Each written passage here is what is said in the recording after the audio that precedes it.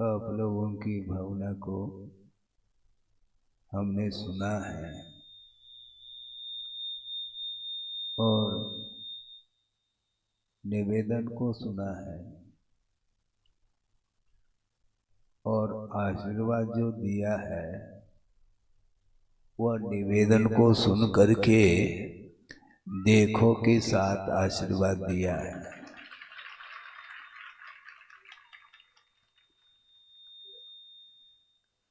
यह परंपरा है गुरुदेव की,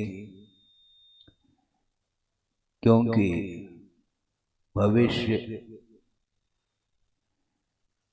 किसी के दृष्टि में नहीं आ सकता।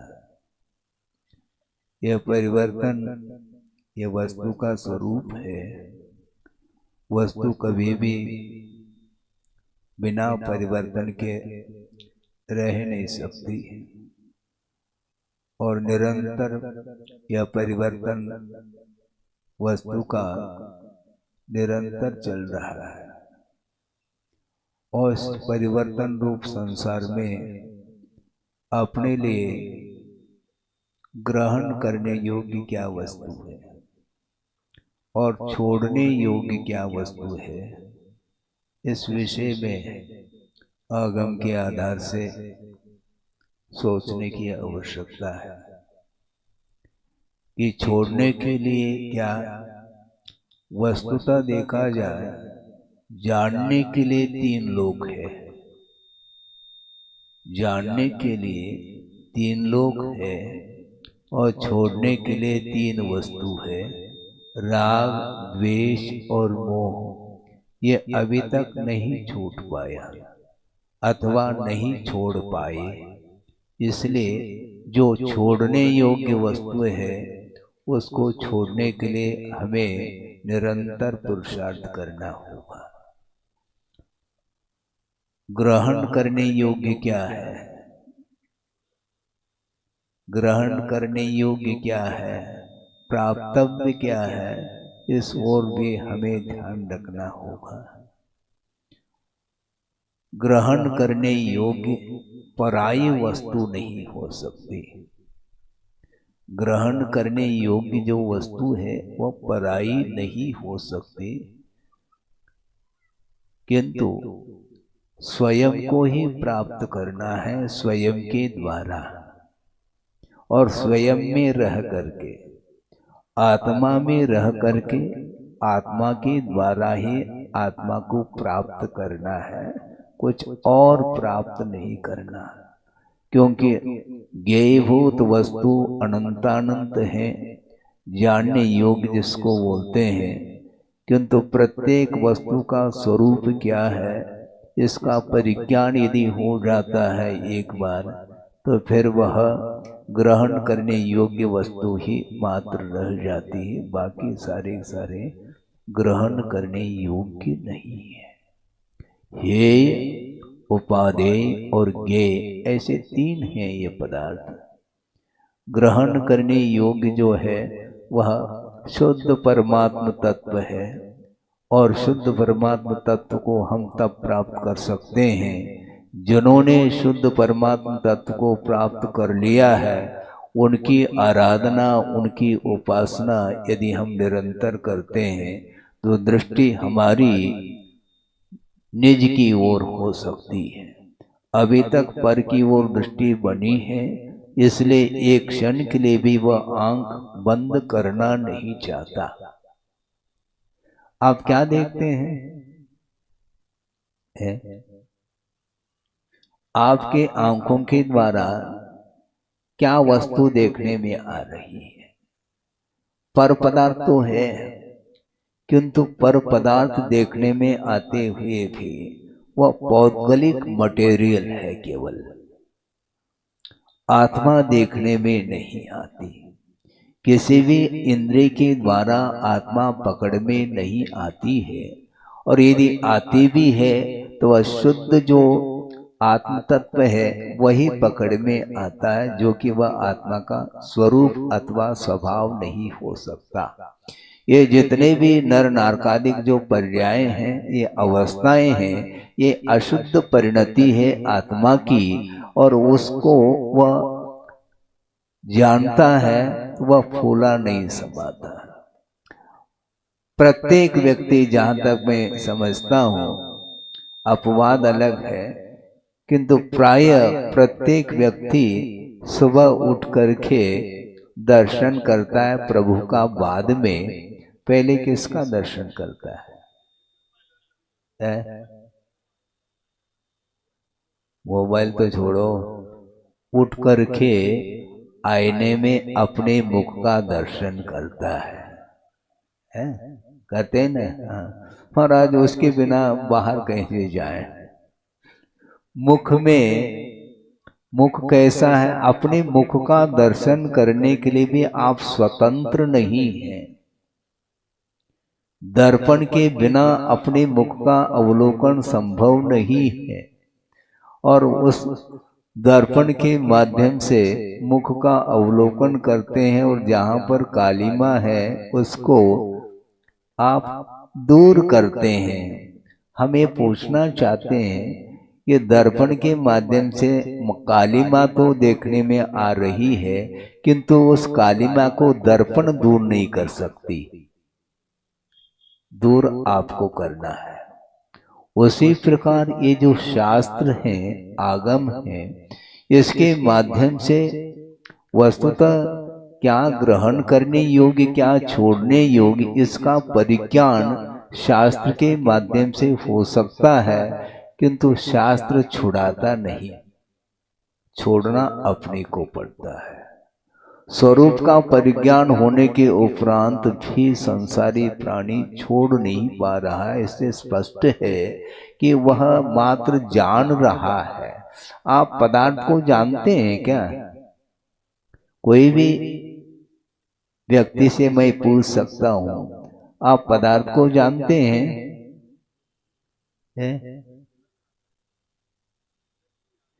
दृष्टि में पदार्थ आ रहा है क्या?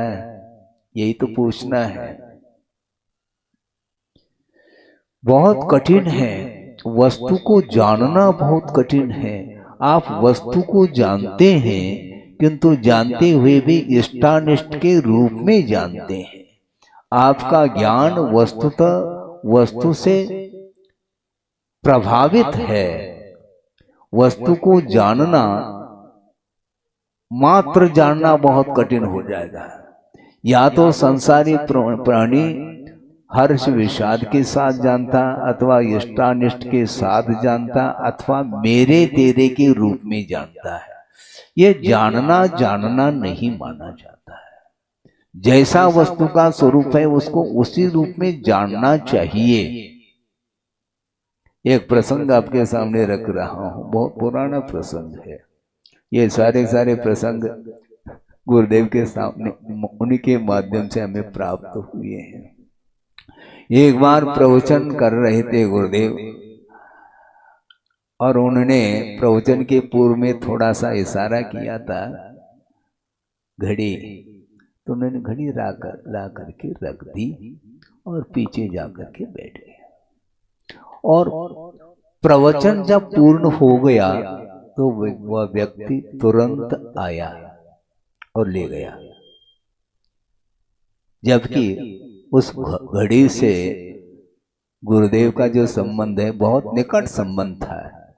इसके उपरांत भी उतनी दूर जो बैठा है अंतिम पंक्ति में, वह आकर के घड़ी को लेकर के गया। क्यों ऐसा? क्यों? घड़ी को जानते कि नहीं? घड़ी को तो घड़ी के रूप में जानो ना।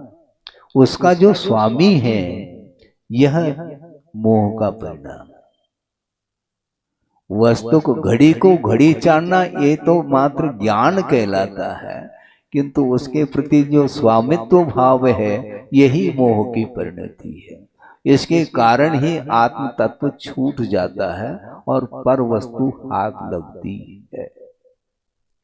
हमारा ये कहना है, वैसे तो आप लोग स्वाध्याय आदि करते होंगे और करना चाहिए, कि आगम में वस्तु का स्वरूप किस प्रकार प्ररूपित है उस पर ध्यान देने की आवश्यकता है। हम किसको सजा रहे हैं? हम शरीर को अलंकृत कर रहे हैं, जबकि शरीर सप्त धातु में है, उसको समुद्र का पानी भी कम पड़ेगा, उसके माध्यम से शरीर कभी भी स्वच्छ निर्मल नहीं हो सकता। इसलिए एक श्लोक आपके सामने रख रहा हूं, आगम में वह आया है कि आत्मा को नदी की उपमा दी है। आत्मा नदी संयम तोय पूर्णा, आत्मा नदी संयम तोय पूर्णा, सत्यावहा शील तटा दयोर्मी, तत्राव गाहम कुरु पांडु पुत्र, नवारिना शुद्धति चांतरात्मा। अंतरात्मा कभी भी वारी अर्थात जल से शुद्ध नहीं हो सकती। इसलिए कहां पर अवगान करो हे पांडुपुत्र, पांडवों के लिए यह संबोधन है कि आत्मा ही नदी है, उसमें अवगान करने का पुरुषार्थ करो। और वह नदी, आत्मा को नदी की उपमा दी है। नदी में पानी भी होना चाहिए, तो संयम तोय पूर्णा, संयम रूपी तोय अर्थात जल से वह नदी परिपूर्ण है। तो नदी है तो जल है, तो संयम रूपी जल से वह नदी, और सत्या शील तटा, शील रूपी तट है दोनों तरफ, और सत्यावहा सत्य रूपी जिसका प्रवाह है, और उर्मी अर्थात तरंगे कौन सी उत्पन्न हो रही है आत्मरूपी नदी में, दया उर्मी, दया रूपी तरंगे जिसमें उत्पन्न हो रही हैं, ऐसे आत्मरूपी नदी में तुम अवगान कर लो। क्योंकि जो आत्मा है वह कभी भी अंतरात्मा वारिना न शुद्धति, जल के द्वारा आत्मा की शुद्धि संभव नहीं है। इसलिए शरीर को धोना बहुत अनंत काल से धोते आए हैं, और कितना धोओगे। इसका अर्थ ये नहीं समझना चाहिए कि हम शुद्धि न कर ले। महाराज आप ही तो बोलते हैं मन शुद्धि, वचन शुद्धि, काय शुद्धि। हम काय की शुद्धि काय से करें? शरीर की शुद्धि हम किससे करें? यह शुद्धि अलग वस्तु, किंतु बार बार आप जो शरीर को अलंकृत करना चाह रहे हैं तो वह संभव नहीं है। देव गुरु शास्त्र की आराधना की अपेक्षा से शुद्धिकरण के भी आवश्यक है। शरीर को प्रक्षालित करना पड़ता है। मल विसर्जन करते हैं तो उसके उपरांत भी शुद्धि होती है। स्नान आदि क्रियाएं आप लोग करते हैं, उसका निषेध नहीं, किंतु वस्तुतः देखा जाए ऐसे ऐसे वस्तुओं का इस्तेमाल करते हैं शरीर के शुद्धिकरण के लिए, उसकी कोई आवश्यकता नहीं है। जो हिंसात्मक तरीके से जो उत्पन्न होते हैं, कौन से वो है? अशुद्ध है ना, तो वही खरीदते हैं ना। साबुन है, हमाम क्या क्या क्या बोलते हैं आप लोग, वो सब क्या है? वो लाइव बॉय भी सुना था हमने। ये सब क्या है? शैम्पू है, क्रीम, पाउडर, लिपस्टिक, वो ये सब, ये सब क्या है? इसका प्रोडक्शन, इसका उत्पादन किससे होता है? सुना तो हमने भी है। ऐसे ऐसे जीवों का उसमें घात हो जाता है, उसके माध्यम से वो सारी चीजें बनती हैं, और बनने के उपरांत वह आकर्षण सामने आता है और आप लोग खरीद लेते हैं और उसका उपयोग कर लेते हैं। उस समय ध्यान नहीं जाता है। स्वाध्याय करते समय तो बहुत कुछ बातें हम पढ़ लेते हैं, सुन लेते हैं, समझ लेते हैं, किंतु जो जीवन में जो उपयोग में आ रही हैं तो उनकी ओर दृष्टि भी तो रखो। एक जीव का घात हो और उसके माध्यम से हम अपने शरीर के लिए उसका उपयोग कर लें तो हमारा जीवन कैसा चल रहा है। इसके उपरांत भी वह धूमिल हो जाता है। कर्पूर है, कुमकुम है, चंदन है, आदि आदि, ये जितने भी सुगंधित वस्तु हैं, इन वस्तुओं के संपर्क में, किसके संपर्क में, शरीर के संपर्क में आकर के ये सारे सारे सुगंधित वस्तु दुर्गंधमय हो जाती है। इसके उपरांत भी शरीर के प्रति इसका जो लगाव है ये अनंत कालीन लगाव है।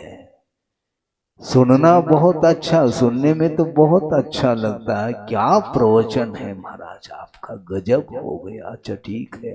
उसके बाद भी जीवन किस रूप में चल रहा है अपना, पर्सनालिटी की बात करते हैं। शरीर पुष्ट हो जाता है तो मन भी पुष्ट हो जाता है, मन प्रफुल्लित हो जाता है।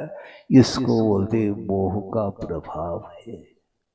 वह शरीर चाहे दुबला हो, चाहे पतला हो, चाहे मोटा हो, कुछ भी हो, लेकिन शरीर की ओर दृष्टि जाती है।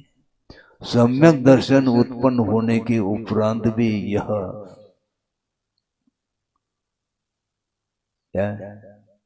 सम्यक दर्शन उत्पन्न होने के बाद भी शरीर की प्रति दृष्टि छूटती नहीं।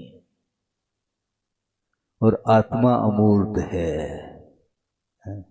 आत्मा देखने में, आत्मा किसी भी इंद्रिय का विषय नहीं बन सकता। इंद्रिय के माध्यम से जो वस्तु पकड़ में आ रही वह केवल शरीर देखने में आ रहा है, और उसमें यदि कुछ गड़बड़ी हो गई फिर देख लो क्या स्थिति बनती है, वो डिप्रेशन में चला जाता है। कोई रोग हो गया तो टेंशन में आ जाता है। ये सब क्या है, ये साधना बहुत कठिन है।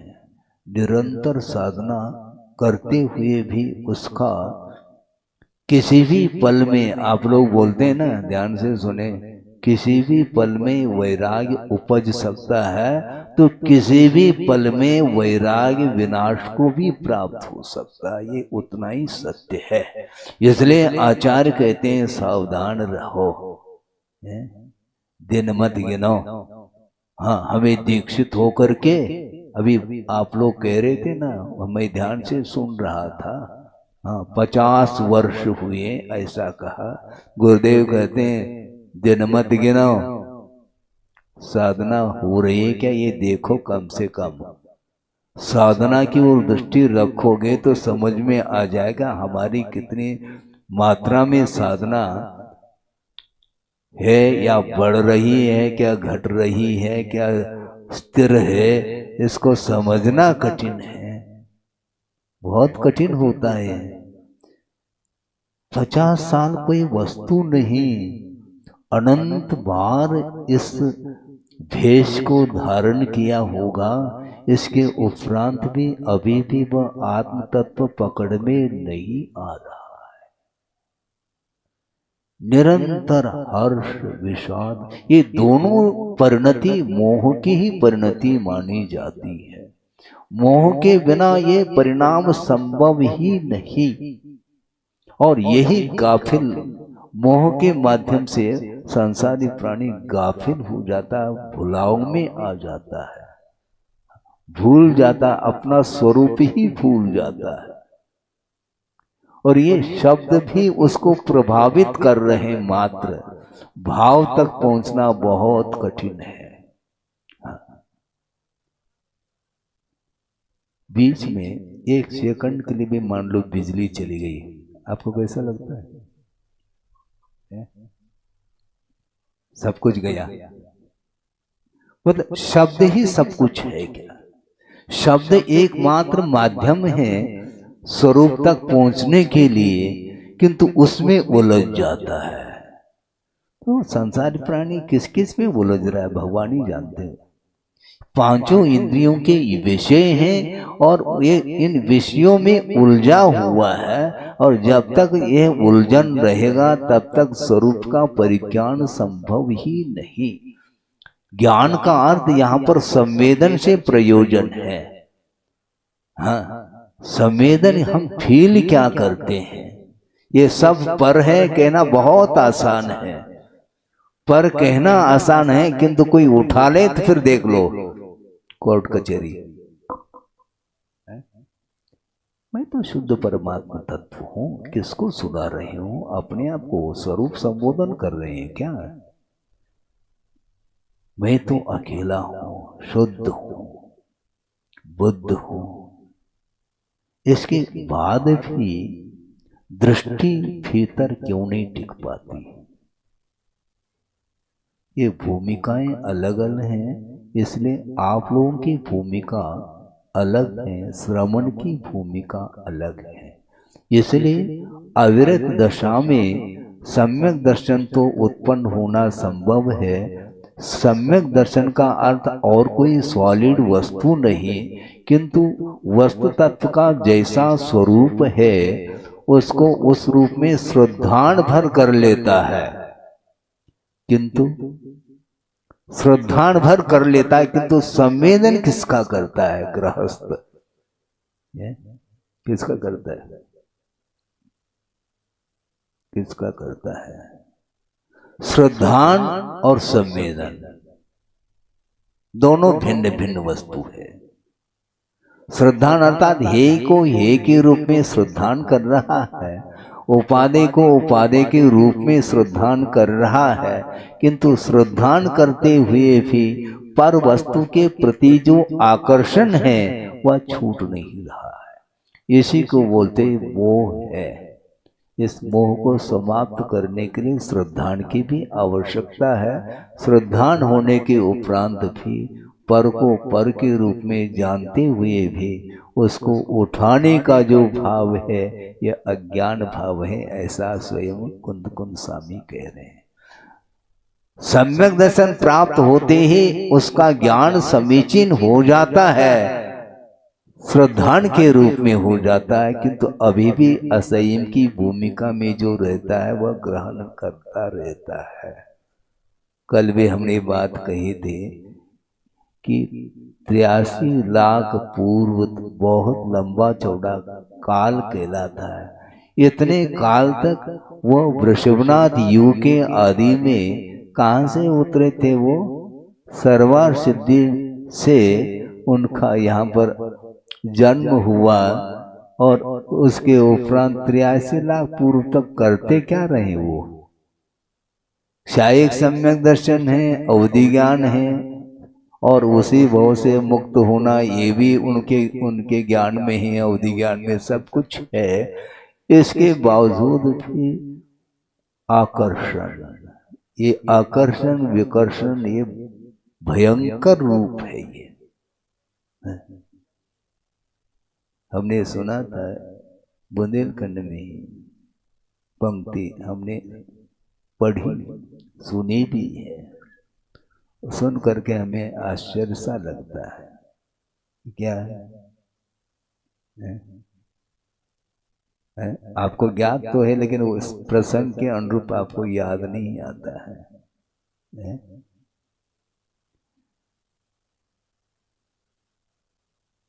वो ये है, स्मरण हमें भी समय पर आ जाए। भाव तो आ गए हैं, लेकिन बिजली अभी गोल है। यही तो समस्या है। आ गई बिजली।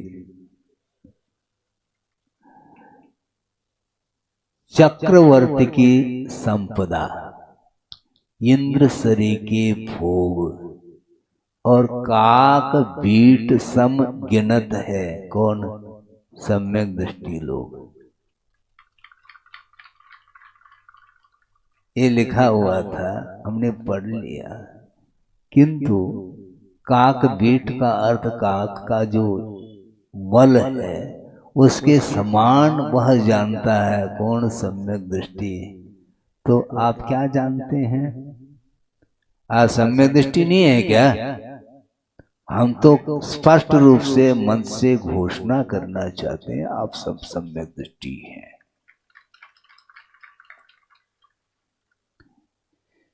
किंतु कर्णानियों की दृष्टि से कौन सम्यक दृष्टि कौन मिथ्या दृष्टि इसका आकलन संभव नहीं है। किंतु वस्तुतः आप सब लोग सच्चे देव गुरु शास्त्र की उपासना करने में तत्पर हैं। ग्रहित मिथ्यात्व समाप्त हो चुका है और अग्रहित मिथ्यात्व है क्या नहीं ये अलग विषय है। किंतु चरणानियों की पद्धति से देव गुरु शास्त्र की आराधना या उनको छोड़ करके अन्य सरागी देवी देवताओं की उपासना आप लोग नहीं करते हैं। इस अपेक्षा से सम्यक दृष्टि तो है, किंतु वह काक बीट सम गिनत है सम्यक दृष्टि लोगों। कौन सा सम्यक दृष्टि है? चक्रवर्ती की संपदा। पर चक्रवर्ती को वैराग्य हो जाना चाहिए था। संपदा तो उसी के पास है ना, 84 लाख हाथी। आपको ये हाथी देखने को नहीं मिल रहा है बारात में। 84 लाख और 18 करोड़ घोड़े बता रहे हैं, एक से एक सुंदर बिल्कुल। और उतनी ही संख्या में रथ भी हैं, 9 निधि हैं, 14 रत्न हैं और ये सब। और एक नहीं दो नहीं 96,000।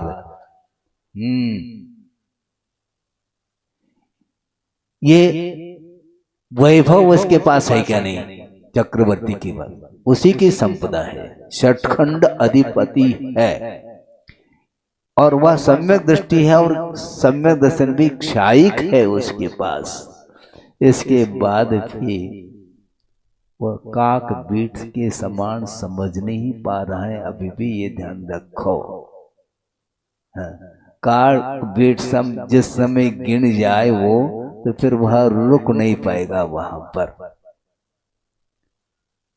सोचो, परंतु ये किसकी दृष्टि में इस प्रकार प्रतीति में आ जाती है?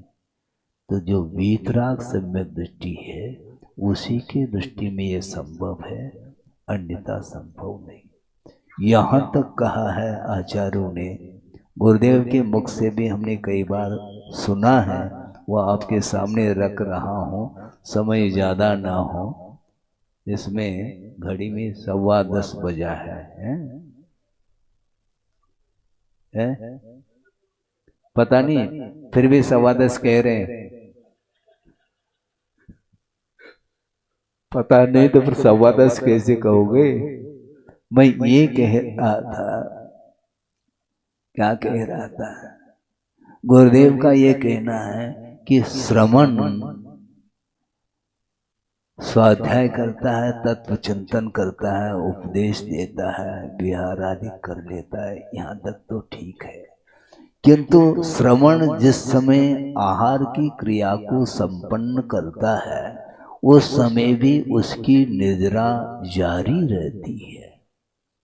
यहाँ तक गुरुदेव ने अपने मुख से कहा, श्रवण जब आहार ग्रहण करता उस समय भी वह स्वाध्याय कर रहा होता है। हाँ, ये कैसा संभव महाराज? ये तो समझना है। नवधा भक्ति पूर्वक आहार लेंगे, ये शर्त है। एक भी यदि भक्ति में कमी हो गई तो भक्ति नहीं संभव, वो लौटेंगे वो नवधा भक्ति पूर्वक। और वह पढ़वान करके ले गया है दाता, बड़े विनम्रता और भक्ति के साथ, विनय अनुनय के साथ वह सब कुछ पूजन अर्चन आदि संपन्न कर लिया। अब खड़े हुए हैं श्रवण, और आपने संशोधन करके आहार कर पात्र में दे दिया। अब सीधा ले ले, महाराज हमने तो संशोधन कर लिया ना, हमारे 2 बार 3 बार कर लिया महाराज। और दूसरी बात यह है कि आहार जल शुद्ध है ऐसा कह भी दिया, फिर भी हमारे ऊपर आपका विश्वास क्यों नहीं होता? विश्वास तो है आहार जल शुद्ध है, किंतु प्रूफ रीडिंग ये आवश्यक है। जब ये येषणा समिति इसी को बोलते हैं, आपने तो संशोधन कर लिया, किंतु एक बार हम भी अपने येषणा समिति, ये समिति संशोधन करना आवश्यक है। तो उस समय क्या कर रहा है वो? स्वाध्याय नहीं कर रहा है क्या? येषणा समिति का पालन कर रहा है? और ग्रास जब मुख में आ जाता है उस समय क्या करेगा? संवेदन होगा कि नहीं होगा? संवेदन तो होगा, किंतु उसके प्रति यदि लगाव है तो रसनेन्द्रिय विजय भी करना है। कब करेगा वो?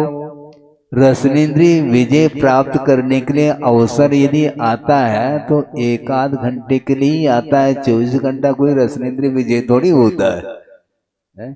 24 घंटा मुख में कोई ग्रास थोड़ी है। वहां पर उतने समय के लिए ये बहुत रिस्क है। लेना तो है, क्योंकि आहार लिए बिना शरीर की स्थिति संभव नहीं, और उसके बिना रत्नत्रय का पालन संभव नहीं। और 28 मूल गुण में एक मूल गुण रखा है, ये भी रसनेन्द्रिय विजय। क्योंकि पंचेंद्रिय निरोध नाम के ये 5 गुण हैं, तो उस समय गुण की ओर दृष्टि नहीं है, तो फिर किसकी ओर दृष्टि है? गुण की ओर नहीं रहेगी तो गुड़ की ओर आएगी दृष्टि। गुड़ और गुण में बड़ा अंतर है। और गुड़ लिया है मान लो, तो वो मीठा लगेगा क्या कड़वा लगेगा, क्या लगेगा? लगेगा क्या वो हमें बताओ आप। हाँ, गुड़स्य का प्रकृति मधुरता, तो मीठा गुड़ तो मीठा लगेगा, लेकिन गुड़ मीठा यहां तक तो ठीक है, अच्छा लगता है। ये क्या है? ये गुण नहीं, ये दोष है। इसलिए हमने कहा था ना कि आप पदार्थ को जान नहीं सकोगे। अच्छे और बुरे के रूप में यदि जान रहे हैं तो वह निर्जरा और समर के लिए कारण नहीं बन सकता। ये बहुत कठिन काम है ये श्रवण के लिए भी। हाँ, इसलिए पंचेंद्रिय निरोध के साथ ये सारी क्रियाएं उनकी संपन्न होती हैं। इसलिए निरंतर जो है ये असंख्य कर्मों की निर्जरा जो हो रही है वो खेल थोड़ी है, वो बहुत कठिन है। इसलिए सावधान रखो कहते हैं। हमें 50 साल हो गया, साल तो हो गए तुम्हारे, किंतु प्रतिदिन जो क्रियाएं होती हैं उसमें हर्ष विषाद के अनुपात, वो अनुपात घट रहा है क्या बढ़ रहा है? अप डाउन हो रहा है। मान लो बहुत कठिन काम है। निरंतर जो है हर्ष विषाद से रहित हो करके चारित्र का पालन किया जाता है। सोचो, विचार करो, वृषभनाथ भगवान के लिए भी 1000 साल लग गए। और क्षायिक सम्यक दृष्टि भावलिंगी है, ये ध्यान रखो। और उनका वर्धमान चारित्र माना जाता है। सामान्य जो श्रमण होते हैं उनका वर्धमान चारित्र नहीं हो सकता। उनका बिल्कुल वर्धमान चारित्रता निरंतर वृद्धिंगत रहता है उनका चारित्र। इसके बावजूद भी 1000 साल उन्हें लग गए, तो हम सोच रहे हैं कि हमें कितने साल लगेंगे। 50 साल हो गए, 50 साल हो गए, गए कड़ गए वो 50 साल, कड़ गए, निकल गए। लेकिन अंतरंग जो साधना है उसका परीक्षण करना आवश्यक है। समय तो निकलता चला जा रहा है, निकलेगा वो। शारीरिक साधना अलग वस्तु, और अंतरंग जो साधना है जिसके माध्यम से, और बहिरंग जो साधना है वह अंतरंग साधना के विकास के लिए ही वह साधकतम है। किंतु अंतरंग साधना यदि मान लो हमारी वृद्धिंगत नहीं हो रही साधना, तो बहिरंग साधना तो निकलती चली जाती है। पूर्व कोटि तक साधना करने के उपरांत भी केवल ज्ञान हो, ये अनिवार्य नहीं है। इसलिए हमेशा मान लो वहां तक पहुंच नहीं पा रहे हैं, कोई बाधा नहीं, किंतु कम से कम बैठे बैठे इस प्रकार निरंतर जो है विशुद्धि बनाए रखेंगे तो साधना में विकास हो सकता है। इसलिए गुरुदेव ने ये कहा था कि अंतरंग साधना को प्रमुखता देनी चाहिए, और उसके लिए शारीरिक जो कुछ भी आगम के अनुरूप साधना यथा योग्य साधना करे, इसमें कोई बाधा नहीं। इससे स्पष्ट है कि जब श्रवण के लिए भी इतनी कठिनाई हो रही है तो आपकी क्या स्थिति बनेगी, श्रावक की क्या स्थिति बनेगी। महाराज फिर हमारे लिए कोई उपदेश है क्या? नहीं कि केवल श्रवण की ही बात करना चाहते हैं, आपके लिए भी करना चाहता हूँ। दोनों मिक्स, श्रवण की भी बात करता हूँ और गृहस्थ की भी बात करता हूँ। आप लोग समय पर और हम मिल जाए समय, अभी तो 10:30 बजने को है, इतना ही पर्याप्त समझता हूँ, क्योंकि ये विषय चलेगा, ये रामायण बहुत लंबा चौड़ा है ये। हाँ, इसलिए तो महाराज हम लोगों ने कहा शीतकाल की स्थापना कर लो। जोरदार तालियां बजाइए। सुनो, ताली नहीं बजाओ, इसलिए आपका कह रहे ना महाराज ये बहुत रामायण है, एक दिन में तो होना नहीं है, इसलिए कछु तो परसो हमें। ये कैसे परोसेंगे, उसको बहुत समय लगेगा, क्योंकि स्वाध्याय निरंतर करेंगे तो भिन्न भिन्न प्रसंग, भिन्न भिन्न विषयों पर ये सारा वस्तु तत्व का विश्लेषण आगम में बहुत अच्छे ढंग से किया है।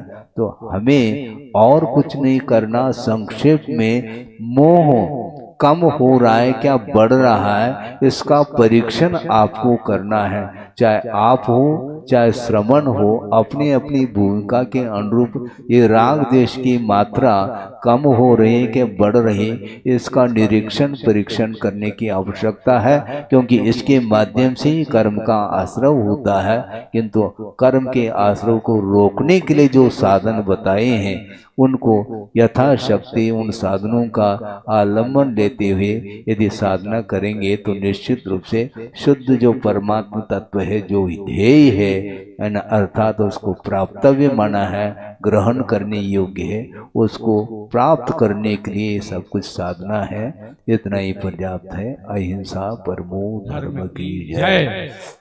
बोधि समाधि परिणाम शुद्धि स्वात्मोपलब्धि शोक शुद्धि चिंतामणिं चिंतित वस्तुदाने त्वामंद मानस्य ममास्तु देव।